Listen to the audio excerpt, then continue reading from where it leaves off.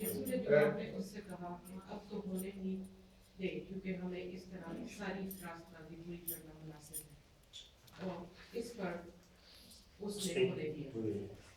हमें जो खास लफ्ज जो मैं चाह रहा हूं इस पर गौर करें हम, उसने कहा अब तो हमें ये सारी रास्तबाजी पूरी करना जरूर है।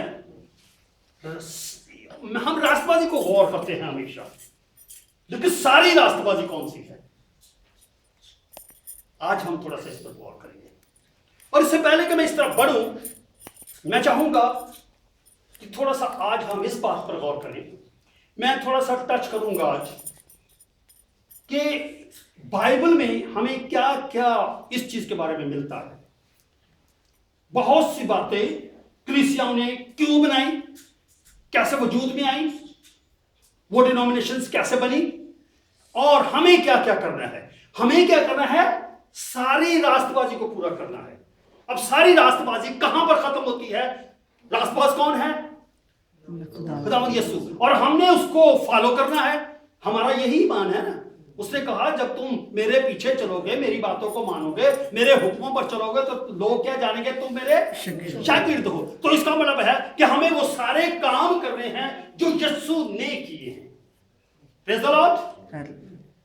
किसी डिनोमिनेशन की भी बात मैं नहीं कर रहा हूं, मैं किसी डिनोमिनेशन को छेड़ना नहीं चाह रहा हूं, और ना मैं ऐसा करना चाहता हूं, ना मैं करूंगा, क्योंकि हमें यीशु को फॉलो करना है।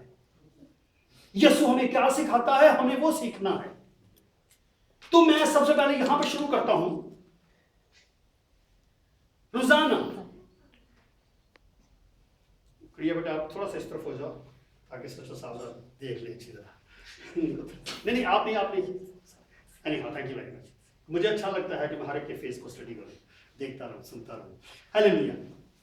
जिंदगी में दुनियावी तौर पर हम देखते हैं रोजाना कितने बच्चे पैदा होते हैं। अगर हम पहले इंसानों को छोड़ दें, जानवरों को दे दें, ठीक है, कितने जानवर के बच्चे पैदा होते हैं, ठीक है।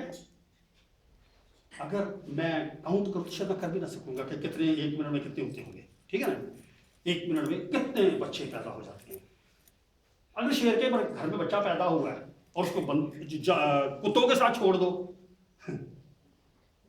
तो क्या होगा, उसकी आदत ऐसी जरूर हो जाएगी, लेकिन वो शेर ही रहेगा। जब किसी को कोई देखेगा तो कहेगा ये शेर है। पला किसके साथ है? वो कुत्तों के साथ पला है, इंसान को नहीं किया। रोजाना कितनी जनरेशन बढ़ती है। एक दफा टीवी पे कह रहे थे 1 मिनट में एक बच्चा पैदा होता है दुनिया में, और हिंदुस्तान में। अब उसने हिंदुस्तान की बात की थी, दुनिया में कितने बच्चे पैदा होते हैं, और ये बच्चे कितने। और फिर मैंने थोड़ा सा टच ये पिछले में भी किया था कि ये बच्चे मसीहों के घर में कितने पैदा होते हैं, ठीक है। तो वो बच्चे मुसलमानों के घर के बजाय मसीहों में क्यों नहीं पैदा हो जाते? ये प्लान किसका होता है? खुदा का। ऊपर कंप्यूटर चल रहा है। जो चिड़िया के बच्चे भी पैदा होते हैं, कहता है एक चिड़िया जो है, जो हाथ से बनाई हुई है, वो खुदावंद की मर्जी के बगैर नीचे नहीं गिर सकती नहीं। अपने बाल को जो है, जो इंसान का पैदा किया हुआ है, उसका एक बाल को हम अपनी मर्जी से उसको नहीं कर सकते। तो इंसान के बच्चे जो पैदा होते हैं रोजाना किसकी प्लानिंग से होते हैं? ऊपर कंप्यूटर चल रहा है।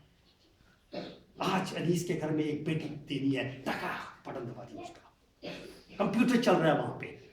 फलाने घर में एक औलाद दे दिया खुदावन नहीं भूलता, वहां पहुंच जाती है। ये खुदावन का निजाम है ना, इसको मैं कहूंगा। तो ये जितने बच्चे पैदा होते हैं, जब ऊपर से आते हैं तो दे आर इनोसेंट। हम बिलीव करते हैं ना, चाहे वो मुसलमान के घर में पैदा हुए हैं, चाहे क्रिश्चियन के घर में पैदा हो। तो मैंने पहले जिक्र किया है, शेर के साथ अगर कुत्ते के साथ रहेगा तो शेर रहेगा जरूर, कुत्ता कलाएगा नहीं। आदत ऐसी हो जाएगी इसकी, जो क्रिश्चियन के घर में पैदा होते हैं। अब जब वो बच्चे पैदा होते हैं, पैदा हो गए एक बच्चा, उसी टाइम पर 100 बच्चे पैदा हुए, एक हिंदू के, 2-4 हिंदू के घर में, तो क्रिश्चियनों के घर में, तो फलाने के घर में। अब वो हर एक अपने हिसाब से उनको अपने मुताबिक ढालने की कोशिश करता है। बिल्कुल उसका जो मजहब उसको कहता है वो उसके मुताबिक ढालता है। शरीयत हमें मिली, हम शरीयत के मुताबिक ढालते हैं। और हम फॉलो किसको करते हैं? जीसस को। और जीसस किसको फॉलो करता था जब वो दुनिया में आया? शरीयत को। I'm right, doctor Nadeem?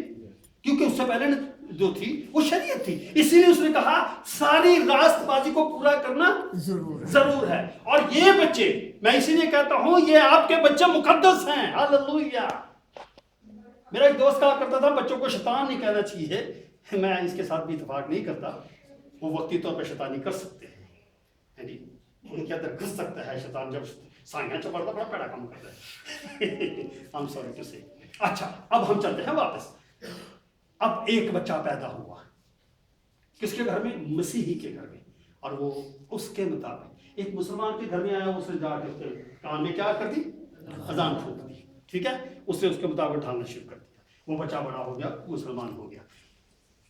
जो क्रिश्चियन के घर में पैदा हुआ वो क्रिश्चियन। पिछले दिनों में एक मौलवी से मेरी बात हो रही थी, बड़ी अच्छी, बड़ी बहुत रिस्पेक्ट करता है मेरी को। तो मुझे कहने लगा कि आपका इसके बारे में क्या ख्याल है कि ये जो क्रिश्चियन मुस्लिम हो जाना, ये वो। मैंने कहा कि अगर कोई बंदा जाके मुसलमान क्रिश्चियनों को कहता ना क्रिश्चियन तो वो भी गलत है, और जो आदमी क्रिश्चियन जाके मुसलमान को कहता तो क्रिश्चियन वो भी गलत है। कहता क्यों? मैं कहा जेड़े भाई जोगा उठे रहने दो। जिसे खुदा ने जहां रखा है उसका कोई मकसद है। आप देख लीजिए जितने लोग मुसलमानों में से क्रिश्चियन में आते हैं 1% शायद ठीक रहता है, बाकी सब जाके अपने मतलब को पूरा करने के बाद निकल लिए। खुदावंद का एक निजाम है, हम उसको क्यों बदले जब तक वो खुद ना बदले? I'm right? जब तक वो खुद ना बदले। जब वो खुद बदलेगा तो फिर हम समझेंगे यीशु का नूर उसके अंदर है। Praise the Lord, hallelujah. अब हम वापस आगे चलते हैं। अच्छा, अब जो क्रिश्चियनिटी है, हम शरीयत पे जाते हैं। शरीयत हमें क्या कहती थी?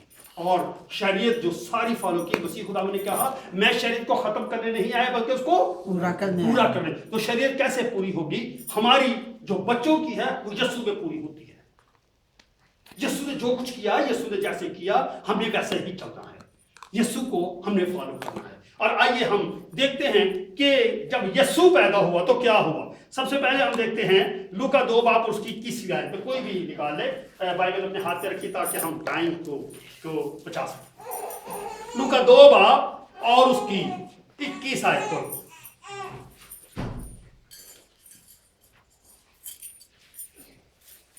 बस उन्होंने जल्दी से जाकर मरियम और यूसुफ को देखा और उस बच्चा को चढ़ने में बड़ा पाया, और उन्हें देखकर वो बात जो उस लड़के के हाथ में उनसे कही गई थी मशहूर थी। और आज डिफरेंट हो गई 21 है, 2 बार 21 है। हाँ जी, लूका 2 बाब। जब 8 दिन पूरे हुए 8 दिन पूरे हुए और उसके खतना का वक्त आया, हाँ जी, तो उसका नाम यीशु रखा गया। हाँ जी, थैंक यू। यहाँ पे रुक जाइए, खोले रखिए। अब शरीयत आपको क्या कहती है? 8वें दिन खतना करना बहुत जरूरी है। ये शरीयत का एक हुक्म था लड़कों के लिए। अच्छा, अब उन्होंने बिल्कुल शरीयत को फॉलो किया और क्या किया? 8वें दिन उसका खतना किया और एक और काम बड़ी किया उन्होंने, उसका नाम रखा। ये नहीं, अगर आप अरब में चले जाए, पाकिस्तान का मुझे नहीं पता, अरब कंट्रीज में मेरे ख्याल में 2 वीक्स के अंदर बच्चे का नाम लिखवाना होता है, नहीं तो बाप को सजा होती है। बाप का नहीं पता, बाप को सजा होती है। हमें लिबिया में ये बड़ा एक्सपीरियंस हुआ। तो 2 हफ्ते के अंदर, लेकिन यहां पे शरीयत उसको ये कहती है कि 1 हफ्ते में जाकर बच्चे का, लड़के का खतना किया जाए और उसका नाम रखा जाए। और कहां लेके जाए? वो हैकल में। ये नहीं, 1 हफ्ते के बाद उसे जरूर है कि उसको नाम दिया जाए और उसको हैकल में ले जाया जाए। आप लोगों ने ऐसा किया था जी, लेकर आए थे आप। हालेलुया। और यीशु को भी लेकर आए थे। और हमने क्या किया था? आज मेरी मिसेस कह रही थी आज भी उनको चक्कर लगाएंगे। मैंने कहा उसको देख लिया सबने, वो चर्च मेंबर है। हालेलुया। और ये कहा जाता है कि जब 8वां 7वां दिन हो जाए, 7-8 दिन हो जाएं, तो बच्चे को वो हैकल में लेके जाएं और लड़का है तो उसका खतना करवाएं। ये शरीयत की तरफ से एक हुक्म था जिसे यीशु ने, उसके माँ बाप ने फॉलो किया। हम इसी को फॉलो करते हैं और अक्सर बच्चों को लेकर आते हैं। यहाँ बहुत से बच्चे हैं जो यहाँ पर सैमुअल वगैरह सब ये पहली दफा एक्ट में आए थे, हम उनको चर्च में लेके घूमे थे। They are our family member, church Christianity. अब यहाँ पे मैं एक बात बताना चाहता हूँ, 7 दिन के अंदर नाम रखना होता है, ठीक है, ये कलाम का फैसला है और हम उसको नाम रखते हैं।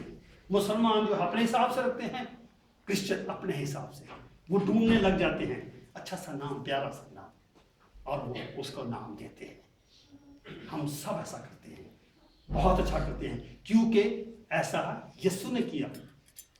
यीशु ने क्यों किया? क्योंकि शरीयत को पूरा करने आया था। तो हम भी ऐसा ही करते हैं और हम बच्चे का नाम रखते हैं। और वो बच्चे को क्या हम शामिल करते हैं? उस दिन जब लाते हैं तो मैंने ये अक्सर लफ्ज करता हूं, ये हमारी कलीसिया के मेंबर हैं। आगे चलते हैं। पहला जो शरीयत का हुक्म है, जब बच्चा हो तो उसका क्या, उसका नाम रखा जाए और उसको 7वें दिन कहां लेके जाया जाए? हैकल में लेके जाया जाए। और अगर वो लड़का है तो उसका खतना किया जाए। अगर हम आगे चले, 2 बाब लूका की और उसकी 22 से 24 आयत भाई जी पढ़ लीजिए। फिर जब मूसा की शरीयत के मुताबिक, मूसा की शरीयत के मुताबिक उनके पाक होने के दिन पूरे हो गए 40 दिन, तो वो उसको यरूशलेम में लाए, हाँ जी, ताकि खुदावंद के आगे हाजिर करें, जैसा कि खुदावंद की शरीयत में लिखा है कि हर एक पलोठा खुदावंद के लिए Praise the Lord. करेगा। और खुदावंद की शरीयत के इस कौल के मुताबिक कुर्बानी करें कि कुंडलियों का एक जोड़ा या कबूतर के 2 बच्चे लाओ। हाँ जी। ये एक शरीयत का हुक्म था। शरीयत कहती है कि जब मां के सब 40 दिन पूरे हो जाएं, उनके पाकीज़गी के दिन आ जाएं, तो वो हैकल में बच्चे को लेकर आए और शुक्रगुजारी करें और एक खुदावंद के मज़बा पर 2 कबूतर की या 2 कुमरियों की शुक्रगुजारी करें। और अगर वो लड़का है तो उसे खुदावंद के हुज़ूर में रखें। Praise the Lord. और यीशु के लिए सब ये भी किया गया। ऐसा होता है हमारी कलीसिया में भी, एक दावत की जाती है, फिर सबको इकट्ठा किया जाता है और कलीसिया के लोग उस खानदान की खुशी में शामिल होते हैं। हालेलुया। ये है वहां लाना, ये है खुदावंद की हैकल में लेके जाना और उसको उन्होंने उसको शुक्रगुजारी के तौर पर पेश किया। वो जो वहां हैकल में लाना है, इसे कलीसिया जो है, बहुत सी कलीसियाओं ने उसे एक बैप्टिज्म का नाम दिया कि ये बैप्टिज्म है। नाम देना कोई बुरी बात नहीं है। बैप्टिज्म, बैप्टिज्म जो है ये एक वर्ड है बैप्टोज, लातीनी का लफ्ज है कल्पन, उसमें से निकला है, जिसका मतलब है किसी चीज को माया में डबोना। ठीक है, किसी चीज को माया में डबोना, इसका मतलब है बैप्टोज। और इसको कलीसिया आज भी, जब इसके लिए अजबेल के लिए किया गया तो उसने कहा she is now in Christian family. ठीक है, ये एक बैप्टिज्म का मकसद ये है कि हम कलीसिया में शामिल करते हैं इसे। ठीक है, क्योंकि ये पाकीज़गी के दिन आ जाते हैं और पाकीज़गी के दिन आगे माँ बाप भी तैयार हो गए कि हम खुदावंद के हुजूर में झुकें और वो पूरे एग्रीमेंट कर सके कि हम इस बच्चे की हिफाजत करेंगे, इसकी जिम्मेदारी लेंगे, इसकी हम परवरिश करेंगे, इसका सब कुछ करेंगे। और ये है जो कि आज भी बैप्टिज्म के वक्त बच्चा नहीं बोलता बच्चे के माँ बाप को, और फिर वो माँ बाप पे ट्रस्ट नहीं करते, साथ ग्रैंड पेरेंट्स को भी लेते हैं, हाँ भाई कुछ माँ बाप को बनाते हैं, हाँ भाई आप भी इस बात की करेंगे। और मैं ये समझता हूँ ये कोई बुरी बात नहीं, बहुत अच्छी बात है। आज के दौर में अगर माँ बाप को खुदा ना करे कुछ हो जाता है तो उसके दूसरे जो गार्डियन माँ बाप हैं वो उसकी परवरिश करेंगे। और यही बात है, वो उसको चाहे आप बैप्टिज्म का नाम दे दें, चाहे उसे कलीसिया में शमूलियत का नाम दे दें। यीशु, मैं उसे ब्लेसिंग का नाम देता हूं, वो उसे बैप्टिज्म का नाम देते हैं, कोई बुरी बात नहीं है। जो भी है एक रस्म है, मकसद है, और वो मकसद है शरीयत के मुताबिक। शरीयत के मुताबिक है वो 40 दिन के बाद कलीसिया में लाया जाए और वो वहां पर लाके उसको ब्लेस किया जाए, उसको मसीही खानदानों में शामिल किया जाए। अगर वो बेटा है तो उसको मसा कर दिया जाए खुदावंद के खादमियत के लिए। इसलिए ये रस्में इस तरह बन गई, और वो भी लाते हुए हम भी, यानी मैं ये नहीं कहता कि मुझे बैप्टिज्म देने से, अगर कोई भाई बच्चे को कहे तो मैं करने को तैयार हूँ, बट ये नहीं कि मुझे बैप्टिज्म नहीं मैं दे सकता एज ए पास्टर, मैं आपको कह रहा हूँ। लेकिन मैं यही कहूंगा, आगे भी मैं चलता हूँ, बाद में बताऊंगा मैं, लेकिन अक्सर बड़े फ्राग दिल से कहता हूं आप इसको कैथलिक में करवाएं। क्यों? क्योंकि इस मुल्क में एक लॉ है, वो कैथलिक्स को आगे जाके बच्चों की एजुकेशन वगैरह में आपको प्रॉफिट फायदा होता है। बरकत को उस वक्त शायद पास बरकत को थोड़ा सा फायदा हो जाएगा, बरकत ऐसा मफाद परस्त नहीं है। मैं ये कहूंगा वो काम करें जिससे आने वाले वक्त में ये बच्चा दूसरे बच्चों से पीछे ना रहे। He has to grow there. अगर इसको कुछ इस नाम से मिलता है, अगर यीशु के नाम से मिलता है, तो यीशु का नाम में लेना में कोई हर्ज नहीं है, चाहे वो कैथलिक से है कहां से है, नाम तो यीशु है हमारा। Praise the Lord. तो इसको मैं इसे यहीं पे छोड़ता हूं बैप्टिज्म को, लेकिन मैं यहां पे रखता हूं कि ये शरीयत की तरफ से एक हुक्म था जो मसीह ने फॉलो किया, और जिसे हम भी अगर फॉलो करें तो कोई बुराई नहीं है। बिशप साहब ने, पाज साहब ने, फादर ने आज ये कहा, सो मेनी पीपल्स आर हो गया, most of them are baptised but may not from the Catholic. ठीक है, मैं इस बात को हम इकरार करते हैं, कैथलिक्स बैप्टाइज नहीं है हमारे। मैंने अपने प्रोटेस्टेंट से लिया, मैंने भी बचपन में लिया हुआ है, बड़े होकर भी लिया है, कोई भय नहीं है। आगे चलते हैं तो हमने 2 स्टेप गुजरे। पहला जो है ये नाम रखना, जो कि बहुत जरूरी है। नंबर 2, उसे शुक्रगुजारी के तौर पर 7वें दिन 8वें दिन हैकल में लेके जाना, और उसके बाद 40वें दिन जब माँ की पाकीज़गी, बाप के पाकीज़गी का वक्त आ जाता है, तो फिर शुक्रगुजारी के तौर पर खुदावंद के हजूर में जाना। क्योंकि जब तक हम नापाक हैं, नापाक आदमी को खुदावंद की हैकल में जाने की इजाजत नहीं है। इसलिए शरीयत ने कहा कि वो बाहर रहें, और इसी तरह उसकी मां, क्योंकि नापाकी की हालत में वो वहां नहीं आ सकती, और जब वो खुद नहीं आ सकती अपने बच्चे को नहीं ला सकती, और जब वो नापाकी के दिन उसके पाक हो जाए, पाकी के दिन आ जाए, पाकीज़ी हो जाए, तो वो खुद अपने बच्चे को लेकर आए, जिस तरह हन्ना अपने बच्चे को खुद लेकर आई थी। हालेलुया। पाकीज़गी के दिन भी आ गए, वो भी आ गए, आगे आ गए। आइए हम एक और निकालते हैं, मत्ती 2 बाब और उसकी 41 से 49 आयत तक। कोई भाई हमारे नहीं पढ़े।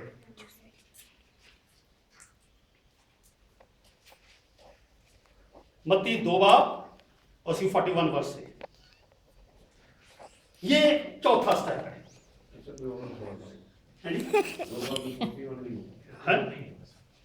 अच्छा जी,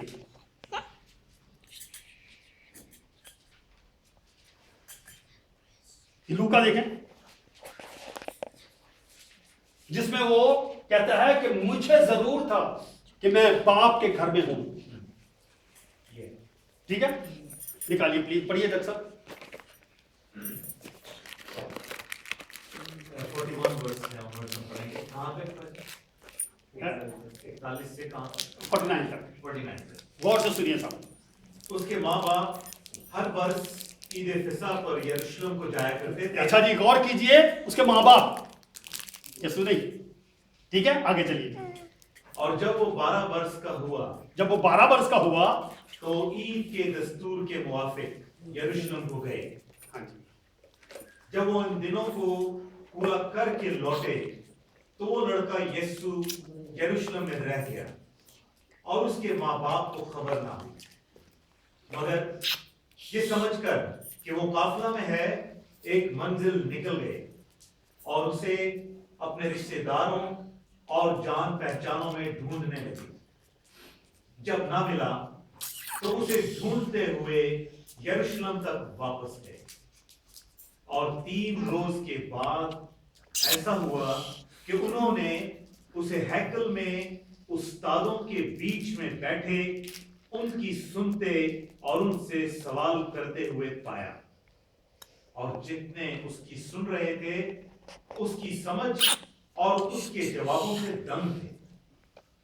वो उसे देखकर हैरान हुए और उसकी मां ने उससे कहा, बेटा तूने क्यों हमसे ऐसा किया? देख, तेरा बाप और मैं कुढ़ते हुए तुझे ढूंढते थे। उसने उनसे कहा, तुम मुझे क्यों ढूंढते थे? क्या तुमको मालूम ना था कि मुझे अपने बाप के यहाँ होना जरूर है? Praise the Lord. माँ बाप शरीर को भूल गए कि 12 साल के बाद इसका वहां जाना जरूरी है, हैकल में रहना जरूरी है। अब ये हैकल ये खुद बन गया है। ये किसकी तरफ इशारा है? मुस्तकीम। जब तुम मेरा गोश्त खाओ तो मैं किस में हूं? मैं तुम में और तुम मुझ में। तुम मेरा मकदस हो। जब 12 साल का बच्चा हो जाता है तो उसे हम मुस्तकीम करते हैं और खुदावंद के बदन में और खून में शामिल होने का हक दे देते हैं। Praise the Lord. ये कंफर्मेशन कंफर्मेशन मुस्तकीम उर्दू में मैंने कहा, सॉरी, ये है के बच्चों को पता लगा। हाँ जी, ये है again I will say confirmation. ठीक है, ये है कंफर्मेशन, शो करना कि 12 साल के बच्चे को कंफर्मेशन हो जाना या मुस्तकीम होना एक लाजिम है। और ये कौन कहता था? शरीयत कहता, तुम्हें पता ना था? तुम मुझे क्यों ढूंढ रहे हो? ये नहीं जानते कि मुझे अपने बाप के गर्भ में होना जरूर था। ये है जो कलीसियाओं के निजाम है, गलत नहीं है। 12 साल के बच्चे के बाद उसे मुस्तकीम होना और होली कम्युनियन में शामिल होना, बाप बेटे और रूह कुदस में उसके बदन को अपने अंदर लेना उसको हक बन जाता है और वो उसको अंदर ले सकता है। ये कलीसिया का और शरीयत दोनों का हुक्म है और यीशु ने उसको पूरा किया। जब वो 12 साल का हो गया तो वो वहां पे उनसे गुफ्तगू करता, और जब वो गुफ्तगू कर रहा था तो वो, क्योंकि उनके अंदर कौन था? बाप था। बाप बेटा रूह कुदस तीनों एक साथ हो गए। Praise the Lord. ये तीनों एक तरबियत में आ गए। एक बच्चा जिसका पहले उसको 8 दिन के लिए चर्च में ले गाया गया, हैकल में लगाया गया, उसके बाद वो बच्चे को उसको ब्लेस किया गया, उसके बाद उसको कलीसिया में शामिल किया गया, और उसके बाद आज वो बच्चा जो है खुदावंद का बदन अपने अंदर लेकर वो उसके अंदर से खुदावंद के मुंह की बातें निकलती हैं, लोग सुनकर हैरान होते हैं। हालेलुया। लोग कहते हैं बच्चा सा ही लगता है। Praise the Lord. दूर देख के बंदा मुसलमान है। Praise the Lord. खुदावंद ने हमें इस तरह शरीयत को इस तरह किया और यीशु ने उसको पूरा किया। अब आते हैं हम अपने मेन पर। मत्ती 3 बाब 13 से 17 तक।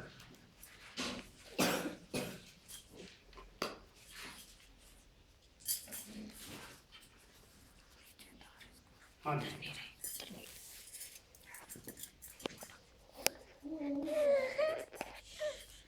मैं तो गलत नहीं हो गया? हाँ जी बिल्कुल, पढ़े सर, जो भी निकाल दे। उस वक्त यीशु गलील में हाँ जी, यरदन के किनारे यूहन्ना के पास उससे बपतिस्मा लेने आया। अच्छा जी, थोड़ा सा स्लोली पढ़िए ताकि मैं वर्ड बाय वर्ड आपके साथ चलूंगा। यीशु जो है किसके पास आया है? यूहन्ना के पास आया है। और यूहन्ना जो है वो लोगों को क्या देता है? बपतिस्मा। और वो उससे पहले एक प्रीचिंग करता है, तौबा करे। और सारे यहूदिया और गलील के लोग उसके पास आए और उन्होंने अपने गुनाहों से तौबा की और उन्होंने उससे क्या? बपतिस्मा लिया। आज यीशु भी वहां जाता है और यीशु क्या कहता है? अब पढ़िए। मगर यूहन्ना ये कहकर उसे मना करने लगा कि मैं आपसे बपतिस्मा लेने का मोहताज हूं। अच्छा जी, अब यहां पे इस बात को छोड़ दीजिए यूहन्ना को थोड़ी देर के लिए, लेकिन यीशु ने इस रास्तबाजी को पूरा किया है ना। अब आप ये एक बात कहें, मुझसे पूछें, और या मैं आपसे पूछता हूं कि यीशु को क्या जरूरत थी वहां जाने की? बपतिस्मा लेने की जरूरत नहीं थी, क्योंकि उसका लॉ क्या था कि पहले तौबा करो। किससे? गुनाहों से। तो यीशु तो गुनाहगार नहीं था, तो यीशु को क्या जरूरत थी वहां जाके बपतिस्मा लेने की? शरीयत को पूरा करना। नहीं उसका शरीर तो पहले थी। नहीं उसका ये खुदा ने बताना था कि ये मेरा बेटा है। उससे पहले शरीर की बपतिस्मा की कोई तालीम नहीं थी, खतरा था। ठीक है, बपतिस्मा शुरू हुआ यूहन्ना से। यूहन्ना तौबा की इमदादी का बपतिस्मा देता था। अब यीशु आया वहां पे, ठीक है, यीशु आया। यीशु की एक वजह थी जो कि मेरी बेगम ने क्लियर किया, क्योंकि यूहन्ना जो था वो रास्ता सीधा करने आया था, और यूहन्ना से कहा गया था कि जिस आदमी पर तो कबूतर को रूल कुदस की शक्ल में देखे वो खुदा का बेटा है। और इसलिए यूहन्ना का यहां तक, उसके बाद देखा यूहन्ना की कहानी मुक गई। बपतिस्मा यहां से वहां से उसका खत्म हो गया तौबा का, और यीशु का बपतिस्मा शुरू हो गया। उसके बाद उसके शागिर्द, यीशु के शागिर्द बपतिस्मा देने लगे। अब यीशु वहां पर इसका ज़हूर होना बहुत जरूरी था। ठीक है, यीशु ने जब बपतिस्मा लिया तो एक चीज का उसने जाहिर किया जो ना शरीयत बताती थी ना इंसान समझता था, कि मसीह खुदावंद जमीन में छाएगा। रोमियो 6 बाब पे लिखा है कि जब हम पानी का बपतिस्मा लेते हैं तो उसकी मौत के मुशाबे हैं। और यीशु ने वहां पहला बपतिस्मा लिया जो उसने मरने के बाद किया 3 दिन। Praise the Lord. सारी रास्तबाजी को पूरा करना, आपको ये रास्तबाजी भी पूरी करनी है, मरकर जी उठना है। हालेलुया। हमें गुनाह में मरना जरूर है, लेकिन यीशु में जी उठना है। हालेलुया।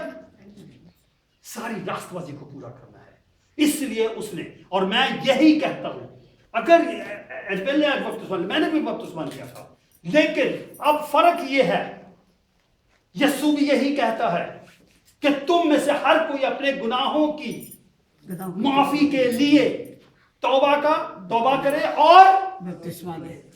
इसलिए जब हम अडल्ट हो जाते हैं, यीशु ने वो सारी सब कुछ पूरा किया, और यहां इसको भी पूरा किया। हमें भी ये सब कुछ पूरा करना है।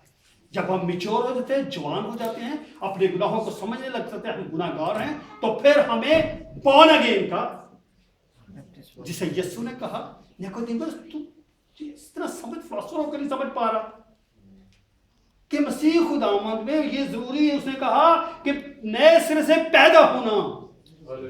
Praise the Lord. साउल से उसने, पौलुस से उसने कहा, उठ अब देर ना कर और तौबा कर। तौबा तू कर चुका है, बपतिस्मा।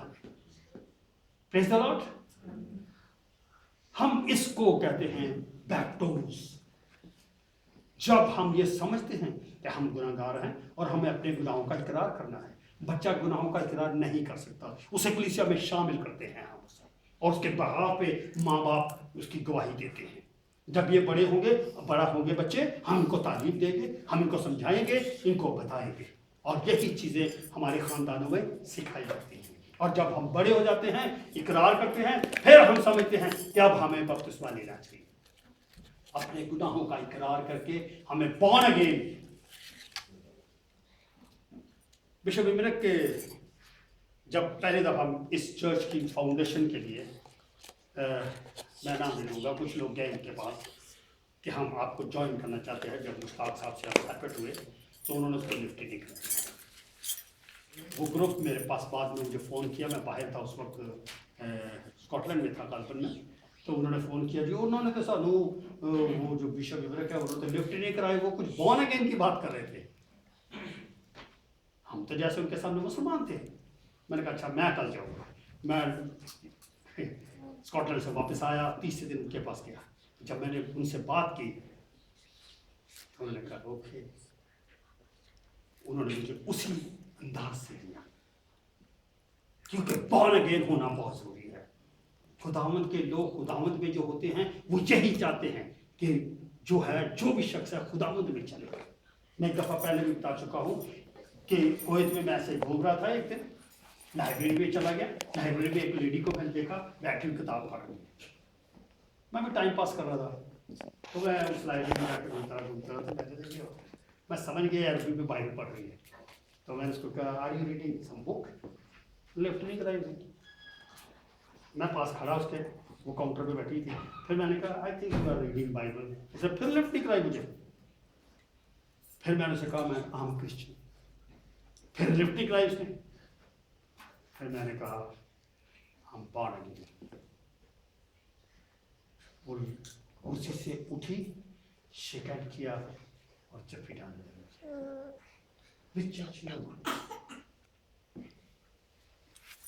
ये जो खुदावंद के लोग जो होते हैं ना, चुने हुए, जो बरकसीदा, वो इस तरह लोगों को प्यार करते हैं। इतना फर्क है। उस दिन मुझे पता चला कि बॉर्न अगेन की क्या था।